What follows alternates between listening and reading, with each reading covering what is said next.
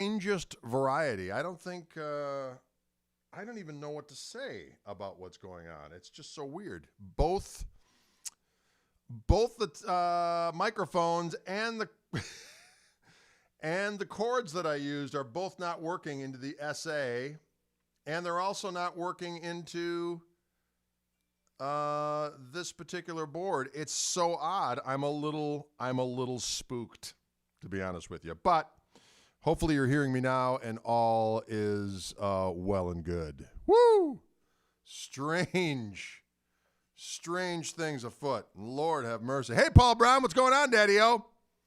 I talked to Andy Alador, and we'll reschedule another shoot there, Paul G. Brown. We'll make it happen.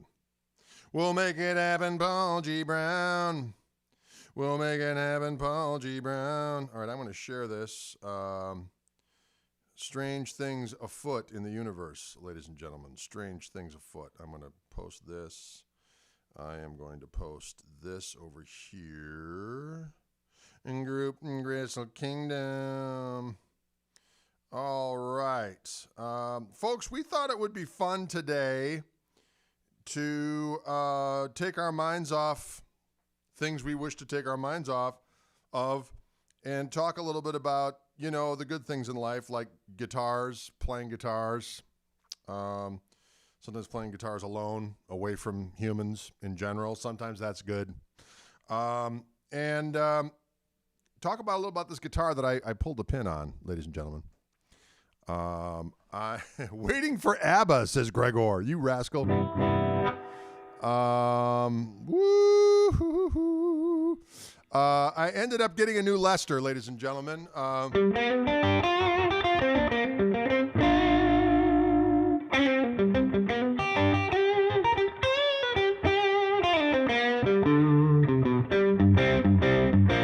That seem a little fuzzy there? Let's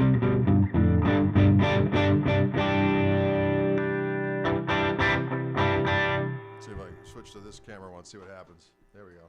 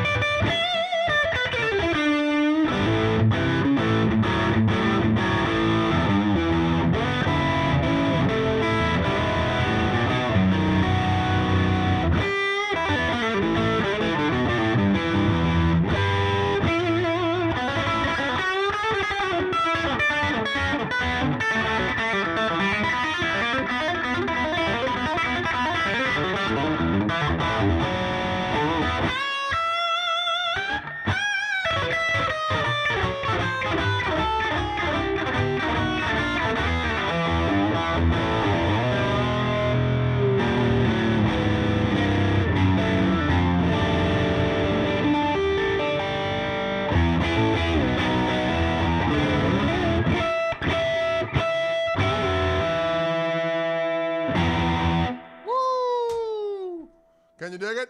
We better there? Is it still a little foggy? Are we still a little foggy? Do do do do do do do do do do do do do do do. Yeah. So this guitar I ended up getting prior to the New Year's. The New Year's. I need a little.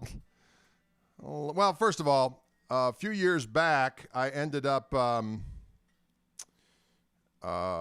selling 2 Les Pauls that I had in order to help fund my 53 Telecaster that I bought.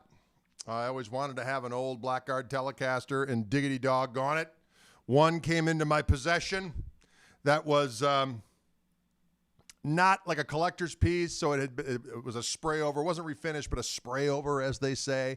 Had a little hole underneath the pick guard, but the pickups were the same. The neck had been refretted, so I was able to afford it. And so I got rid of my Greg Martin Collector's Choice number 15 Les Paul from the Custom Shop, which is a glorious instrument. Greg Martin is a glorious individual, human guitar player in general. So I was pained to get rid of that guitar, but I had to prioritize what I needed. I needed that 53 Tele. And then I also had a Wildwood Spec 59 gloss Les Paul with a exorbitantly flamey top on it. So since I got rid of those guitars, really the only Lester Palfus that exists in my arsenal is that red Wildwood Spec 57 Les Paul that I have with the Fishman Fluence pickups on board, which is a glorious instrument. But I always just wanted to have another Sunburst Les Paul. And I was torn, ladies and gentlemen, because when I'm out of Wildwood doing those diggity doggone videos and it's Gibson Day, it's like one after another that I'm playing like, oh my God, this guitar is unbelievable.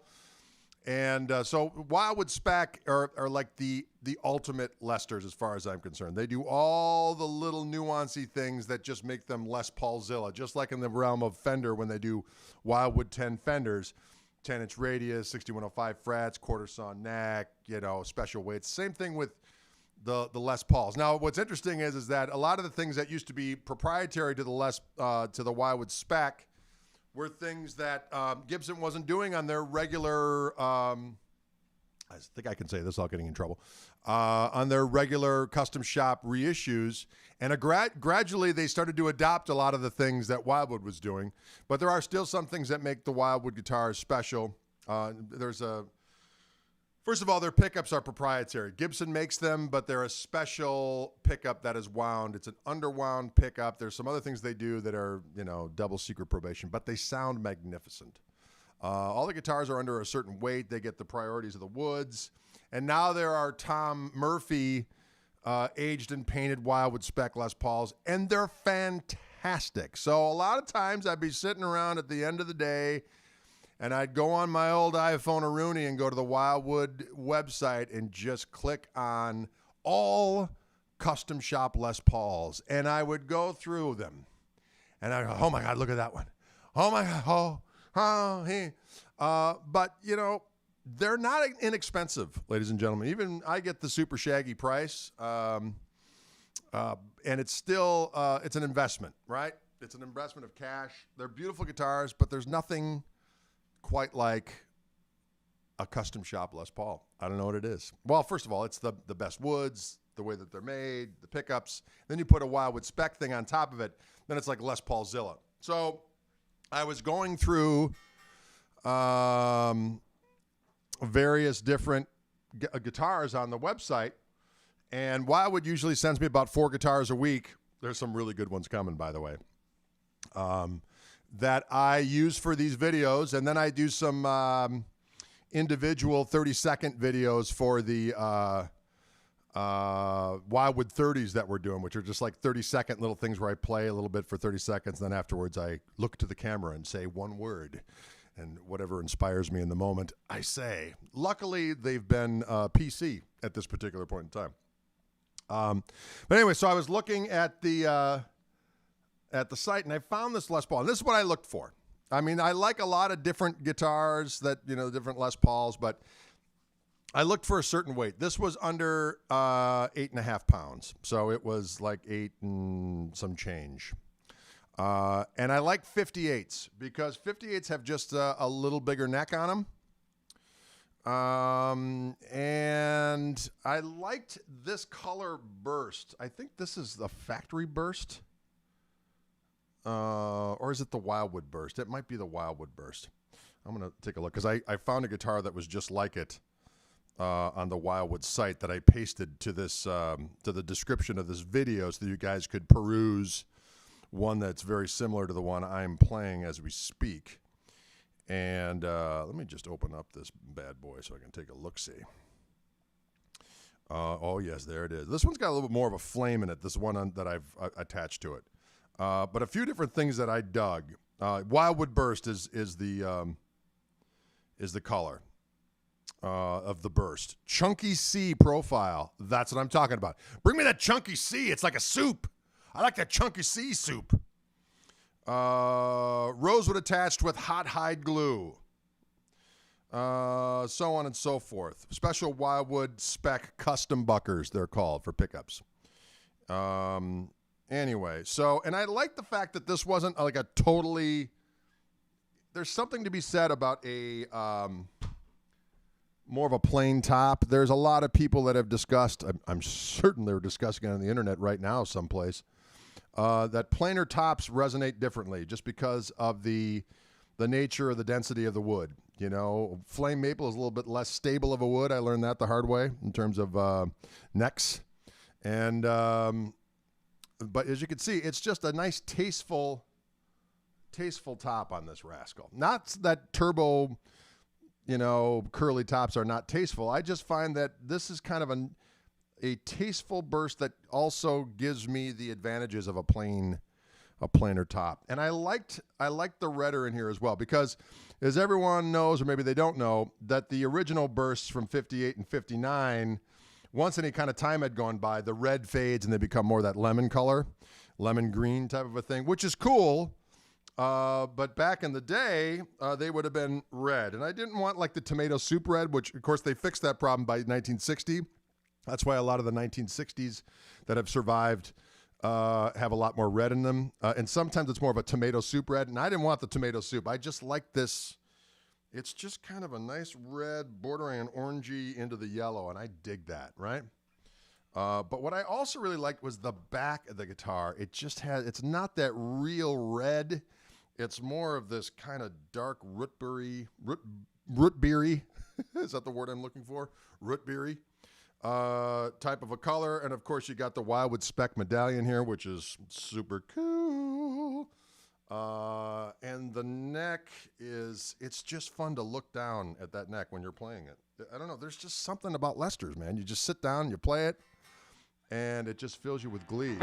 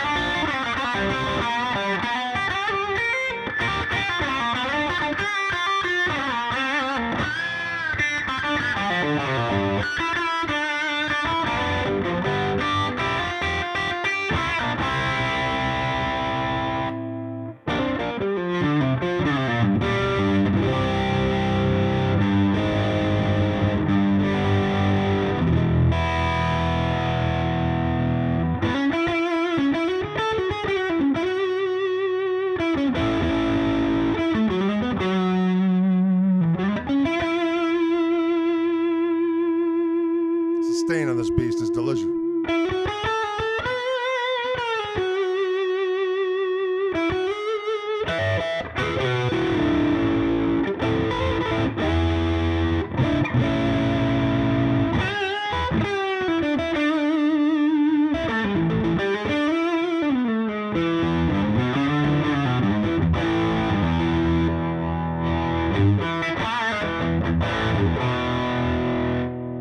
It does go good with the hat. Yes, Mark, it is staying at home. I made the transaction happen. So, as I said, I'm just kind of describing my process of shopping for guitars. You know, it's this interesting thing. You know, I got the guitar and I started playing. And I was like, this is the one. It's working for me. Now I could have done any number of different, no, I'll send that one back. I want to try this one. But sometimes you just get a guitar in your mitts and just go, we're done here. You know what I'm saying? We're done here. It is a beautiful tone, Hugh, is it not? No. Is that poster your hat from above? Please unravel the enigma. It is indeed, Bluesman. It is 57 classic. No, these are special. Wildwood has a special pickup that Gibson makes for them. Wildwood spec custom buckers, and they sound delicious. Howdy, Greg. It's my birthday. Love your chops. Thank you very much. Happy birthday to you, my friend. Happy birthday. Try playing Free Ride on it. But Free Ride was a Strat. Of course, you can kind of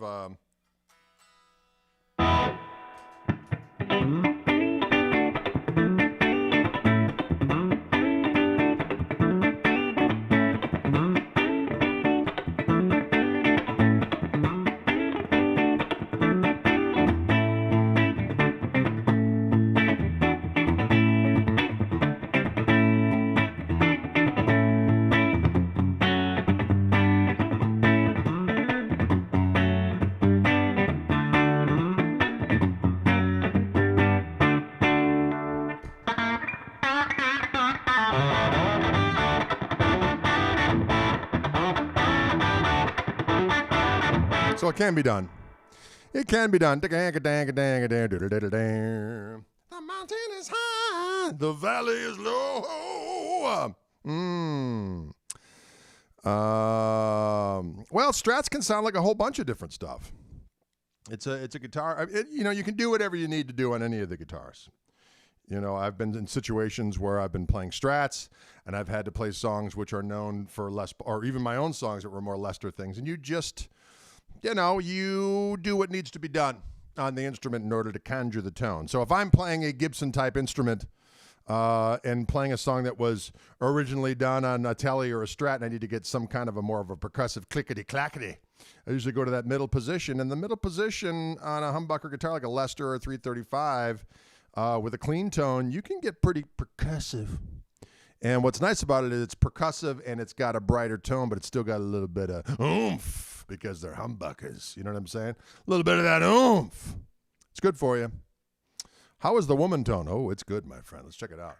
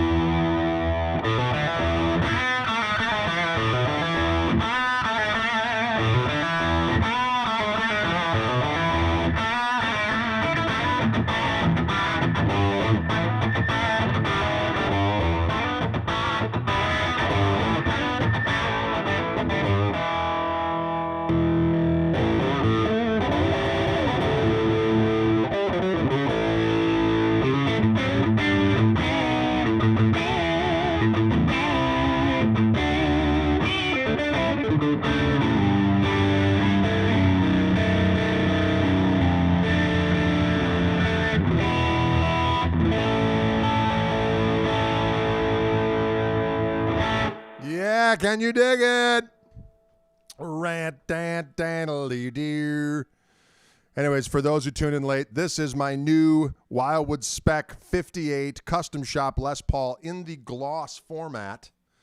And I picked it out from the site, just like anyone else can do. I went to the site and I looked at it, and I went under, go to wildwoodguitars.com, look under Gibson Custom Shop, and there's all these different subheadings for Les Pauls, and I just said, show me all the Custom Shop Les Pauls.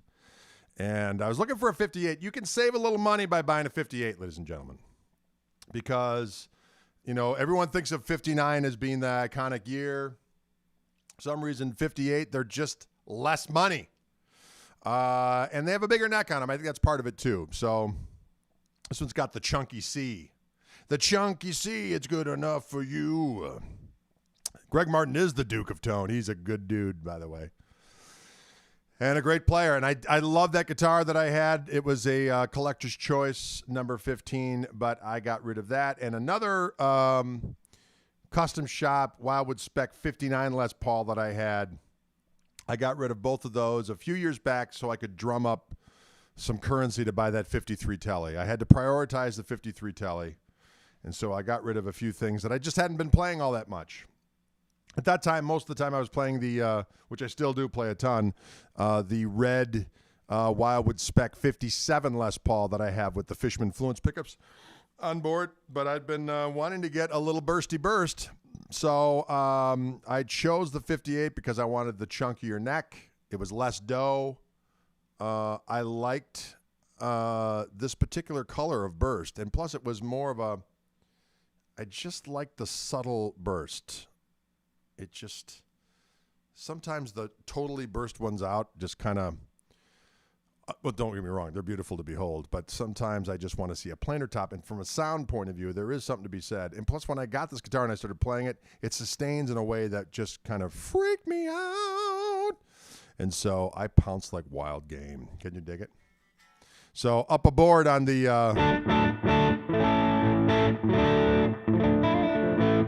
on the description of this video, I actually linked to another 58 gloss Wildwood Spec Les Paul that they have right now at Wildwood if you want to check those out. Diggity dog on them. What is the gloss versus VOS? Well, gloss is just brand new, right? A VOS is they just put a little bit patina on. I'm not going to say they age it, but just everything is just a little broken in. There's no like overt scratches or dings in it or anything like that. It's just they have made it less glossy and more just kind of broken in just a little bit. So the colors are a little bit not as vivid. Well, the colors, you know what I'm talking about. Just the finish is just a little died down. The hardware's a little died down as a result of just having a little bit of patina. Can you dig it? Patina!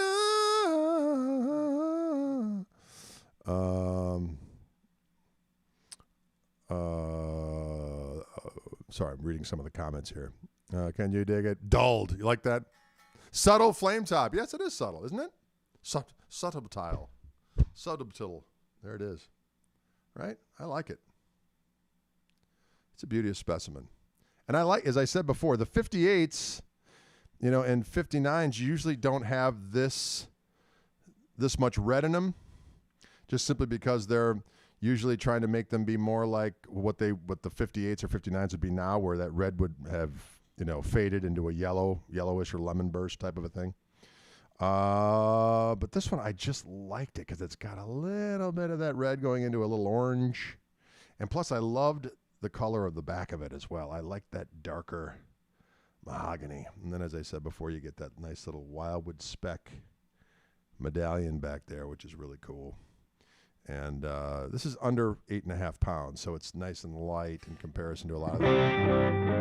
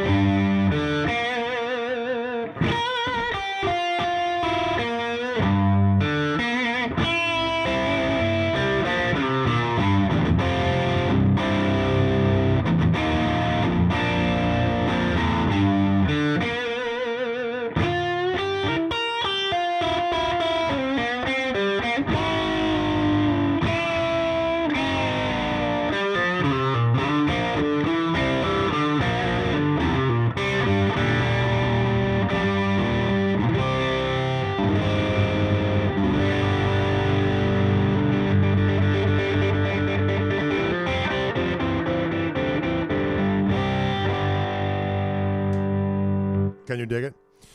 Can you dig it? Does the case candy include details of a divorce lawyer? No, you just got to be upfront with your loved one and say, you know what? It's better than Jaeger and Blow. It's better than Jaeger and Blow. Oh, be like a dicky doodle. It's better than Jaeger and Blow. A great sugar bugger, better than Jaeger and Blow. And it holds its value, better than Jaeger and Blow. Ho, ho, but it do. It's better than Jaeger and Blow. But does it jazz? Of course, Bluesman. What kind of pickups? These are Wildwood spec custom buckers that are made especially for our friends at Wildwood Guitars in these guitars that are Wildwood spec Lester Pulvis. Can you dig it? Can you dig it?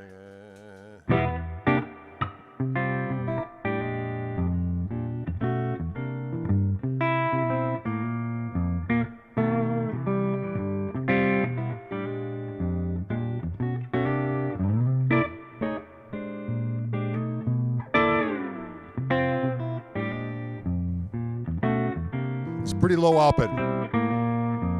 I would say medium low output, yeah.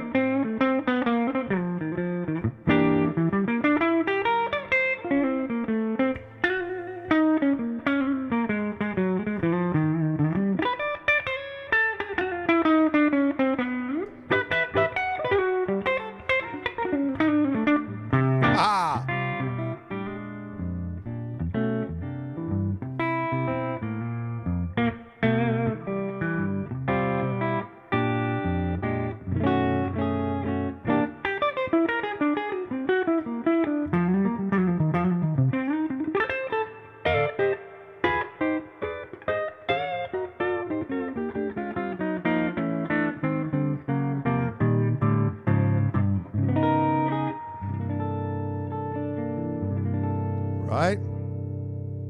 It sounds delicious. All right, we've got a couple minutes left. I'm also going to play a guitar that I actually played last week. I'm going to play it again because there weren't any in stock at Wildwood, and there is now, and I've got a link up above. And this is a delicious Reverend morsel in a new hue, a new tone hue. And I'll give you the exact deets on this beast. I'll give you the deets on this beast, and you can partake in the feast. Did you hear that? You can partake in the feast. It's a double agent OG.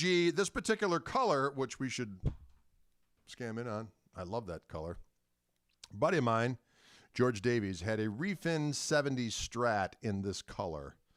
And the Reverend folks are calling this color Metallic Silver Freeze. And I dig it. This is bolt-on guitar. It's got the, as I like to say, the abdominal accommodator in case you want to be comfortable and let your abdomen do the thing you want to do. And do that thing you want to do. It's got the P90 here and the humbucker in back. The thing up top here is the bass contour control, which is something that's Reverend is known for. It's Carina body, maple back of the roasted maple back of the neck, a medium oval neck profile, and a Palfaro fingerboard. Okay. We got an HA5 humbucker in the bridge and a 9A5 P90 in the neck. Okay. Kind of dig it. Okay. Let's hear this beast a little bit. Now, I did. Hang on. I'm going to tune this rascal up a little bit. I did put a link to, they have one of these very guitars in this color at Wildwood. And I'm sorry I didn't have a chance to tune this prior to our thing. As I mentioned, right before we went live, folks, there was a strange circumstance. So just what we do technically wise is that I have a vocal mic that I'm speaking into as we speak. Usually it's an SM58. And I take that 58 and I snake my way to the back of the room where this thing right here, this SA330X, which I've had for a while, it sounds magnificent, works great. I plug into that so I can hear myself in the room, and then I take a direct out of the back and go into the Tascam console here. And then out of that it goes, that's the interface into the Logic that we're using to mix on board the computer itself. And then it's fed into OBS, which is then what we use to go out to the live world. And so anyway, it's been working great because I can hear myself in the room, and then it also goes direct into the thing, so Ryan can mix it from afar and do the vocal mic so that you can hear it. So for some reason today, I plugged in as I usually do, heard the click into the SA, so I know it's working, and the mic didn't work. So of course, what do you usually think? Well, either the cord's probably bad. It's an old cord. So I replaced the cord. The cord didn't work. The next cord didn't work. I go, well, that's weird. Maybe it's the mic. Maybe I screwed up the mic. Maybe the mic dropped. So I grabbed another 58, plugged it in. It didn't work either. Now we're running. It's like 2 minutes before we're supposed to go live. And I just said to Ryan, I go, let's just plug straight into the board. I plugged both mics and both cords into a channel, 2 different channels of the thing, and neither of them worked. So then now we're really freaking out. So I have an SM57 this on one of the amps in here. So I grabbed that, and he's like, that's working. So I said, all right, well, then let's just put it on the bigger mic stand, and away we'll go. But that is odd, right? So what are the chances of both cords and both microphones being bad? It's just a little odd. I'm going to strike it up to a little something called, people talked about 2020. Thinking 2021 is kind of like the Two Towers versus, we just got out of the Fellowship of the Ring, and now we're going into the Two Towers. Sorry to say it, folks. Brace yourselves, okay? We're going to try to lighten it up by the power of rock music and sweet guitars, but strap in. We're going for a ride. You know what I'm saying? Who's with me out there? Phantom power issue. No, what? Again, Henry, it would have made sense for, it would have worked in some way, shape, or form because everything else is going through the board as well. So this is going through that same board, the whole night. It's so weird. It's a little weird. All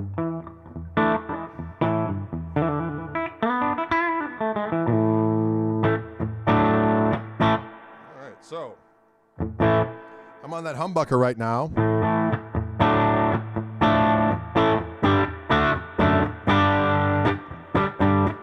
So what's great is I can go back on this bass contour and it thins it out a little bit.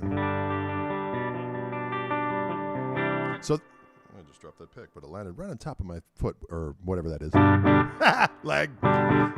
So this is the sound of the full humbucker. So nice and it's just starting to snot up that clean sound a little bit. And then I can go back on the bass contour and see how much brighter that got. I tried rebooting. Believe me, we tried everything. Turning off things, rebooting. We did it all. That's why I'm a little spooked.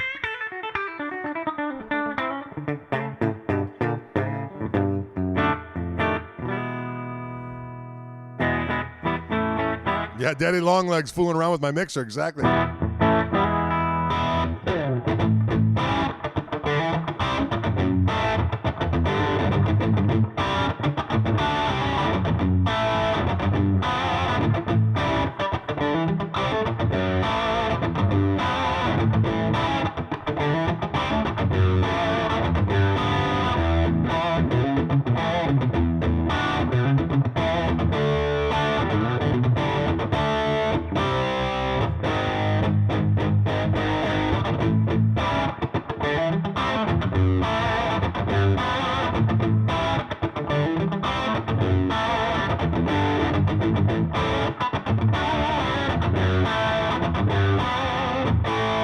That's just the bridge pickup by itself. It sounds monstrous.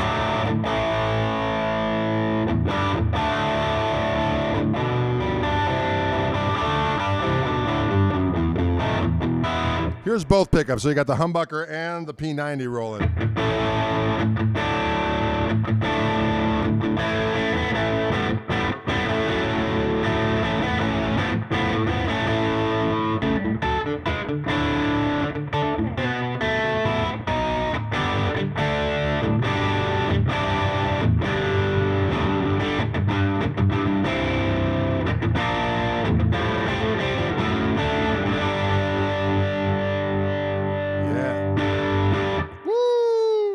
Let's go to that neck pickup.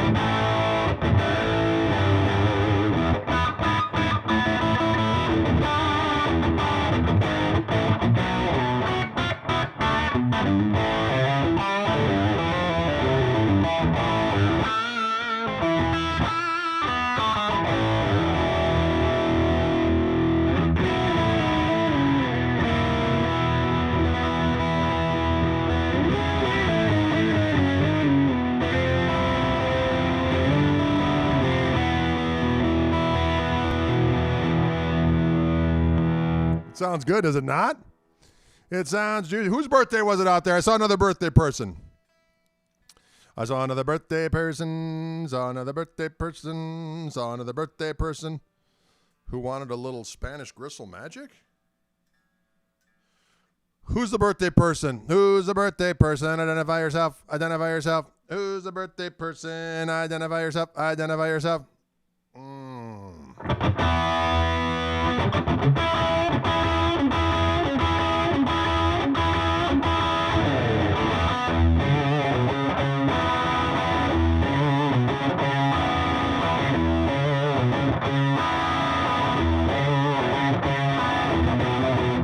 It's very far away. Takes about half a day to get there. If we travel by my dragonfly. Though it's not in Spain, all the same, you know it's a groovy name. And the wind's just right.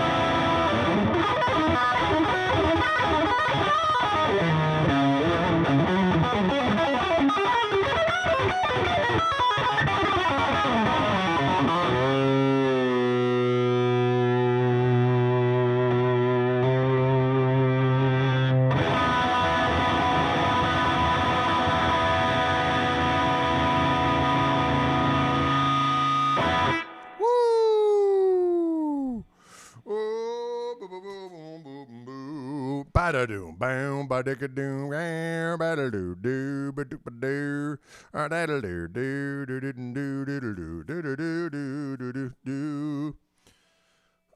Can you dig it, folks? Can you dig it? Again, this is Reverend Double Agent, OG, in silver metallic frieze. I just find it to be glorious.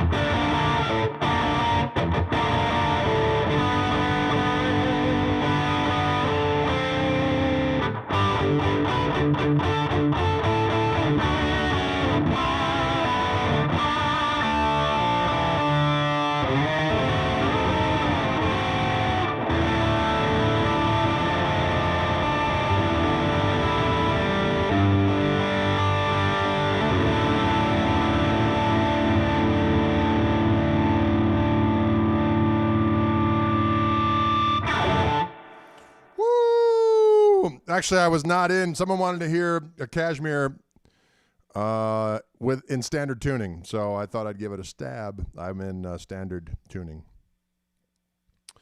Kind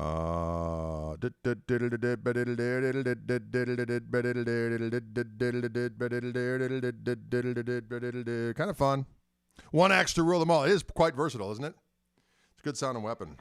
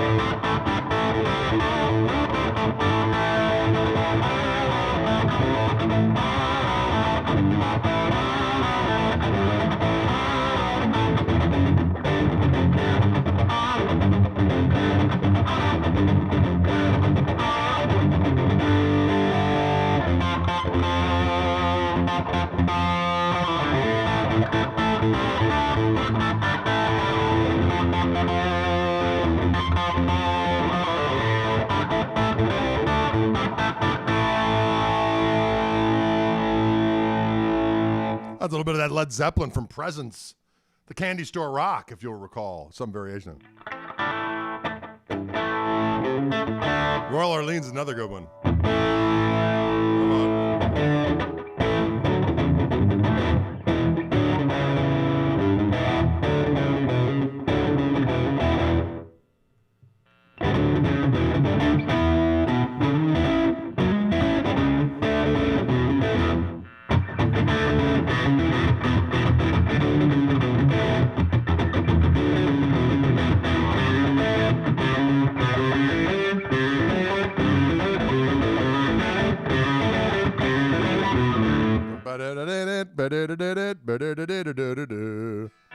I can't remember all of them, doggone it.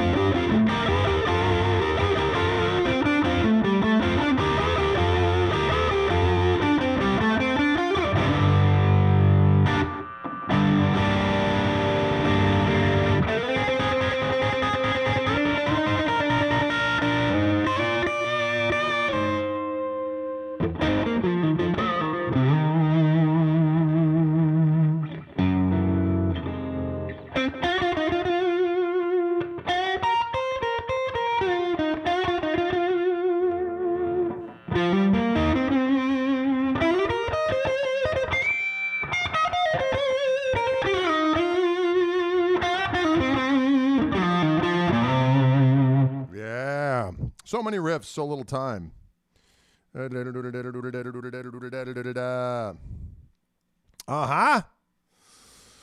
Will Reverend make a special sensei again with the humbucker P90 combo?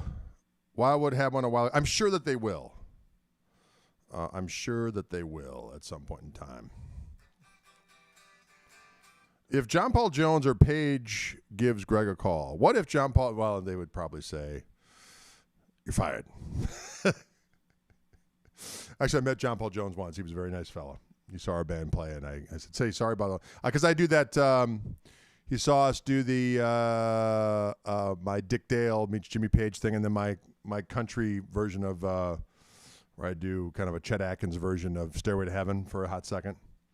I said, hey, sorry about all the tongue-in-cheek references to your mighty ensemble. He's like, don't worry, mate. The check is in the mail. I think he meant the invoice is in the mail.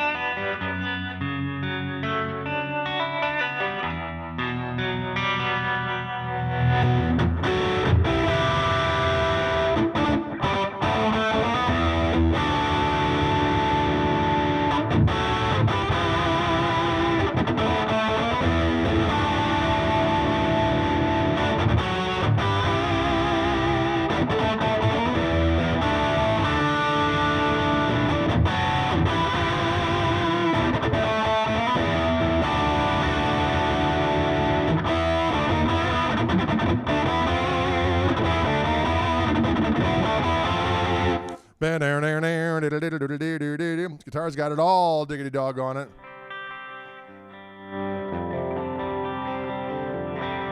All right, any last questions out there? We had fun. We had fun with my new Lester, and we had fun with the Reverend Double Agent OG.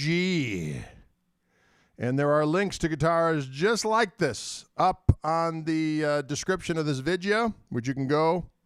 Is that a 3-way switch or a 5-way switch? It's a 3-way switch on here.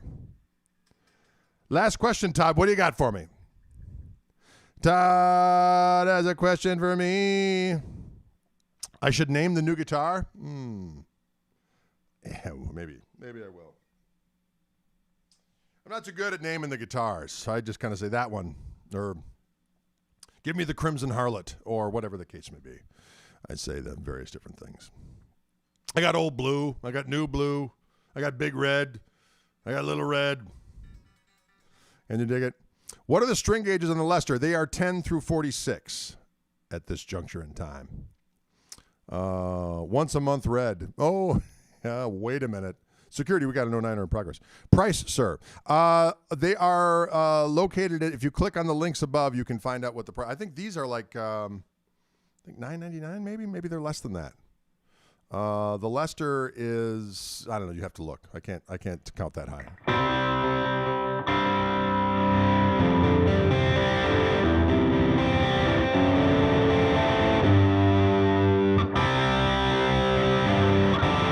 Yeah, there you go. $899.99 for this guitar, which is quite equitable.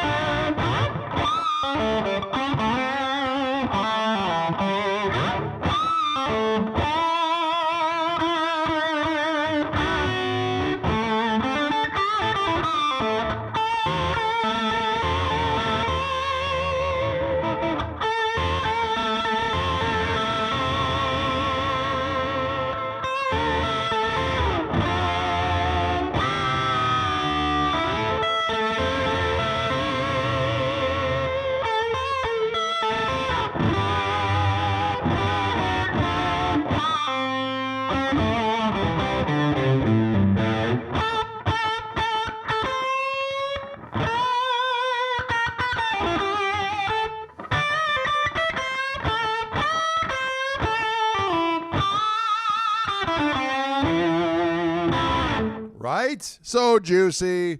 So succulence. Succulence. All right, folks, thanks for tuning in. Someone asked about rail hammers. Yes, there are rail hammers on a number of other different Reverend guitars, but on this guitar, they don't have them. Can you dig it? Thank you so much, folks. Take care of yourself. Be safe out there. And food choice for the evening. That's a good question. We had a tasty spaghetti last night. It was so damn delicious. I don't know what we decided for dinner tonight. Is it Thursday already? Man, I'll tell you what, days go by. Biggity, big, big, Anyways, thanks to Wildwood for, again, sponsoring my 2 days a week that I do stuff for them. Of course, I do the other 2 days, Mondays and Fridays for Fishman. Be back tomorrow at Friday at 5 p.m. Central. Don't forget, folks, I do have my new reissue of a record I put out long ago. Some real crazy, if you like crazy guitar ripping stuff, that's kind of like, this was probably at the high water mark of my truly deranged instrumental guitar mode in terms of it's bluesy, chicken picking-y, fusion-y, funky, crazy-ass stuff. And it was originally came out as a radio show. That's why it was called Radio Free Gristle. I did little voiceovers in between. But just for the sake of putting the music first, it's just all the music from that record I reissued. I bought the record, the rights back for my record about 3 or 4 years ago. It was on Favored Nations, and Steve Vai and company owned the record. And so I had to buy my record back. So I did, as you do. But it took me a while to find where the old artwork was, and it took forever to figure out, am I going to re-release it? Well, I'm going to pay attention to my new stuff, and yada, yada, yada. But people were commenting. It's like, listen, you can't find this record anywhere online. I thought, well, just for the sake of the music itself is, I was listening to the other day. I was like, I worked my ass off, and I'm listening to these tracks. I'm like, they deserve to be heard by the people who haven't heard them. So it's so here it is. So you can go to my website, and they're going to be signed copies that include posters. Why Supply Lasts. It's 15 tunes. There's a tune on there called Rosebud, what I dedicated to my mom. And at the time, my mom was always bugging me to play acoustic guitar. So she's like, why don't you ever play that acoustic guitar? So there's a tune on there called Rosebud, which I also re-recorded for the acoustic Gristle Soup. But the original version, I had dobro on there, and my buddy played upright bass, my buddy Steve Andreoni. And I put like a Knopfler-esque Strat part on there as well. And as we were recording it, and I was doing these little snippets between songs, I called up my mom. I said, Mom, I'm out here in California. We're mixing the record. I need you to yell at me like you usually would do about playing the acoustic guitar. Can you do it? She goes, are we rolling? So needless to say, she was game. So you can hear I kept that voiceover in there. So it's like she goes, Greg, why don't you ever play that acoustic guitar? And then it goes into the tune. So that's worth the price of admission alone. Anyway, it's called Radio Free Gristle, just the jams. You can get it from the website. I still have some of the original posters that the label did that I don't even think they sent out. That's a whole story of its own, bless them.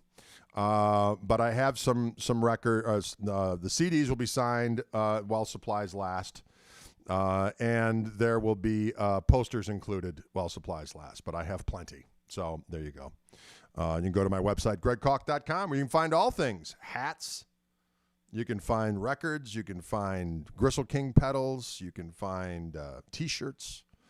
All that kind of, all my instructional materials. Doggone it. All right, folks, have a good one. We'll see you later. Take care.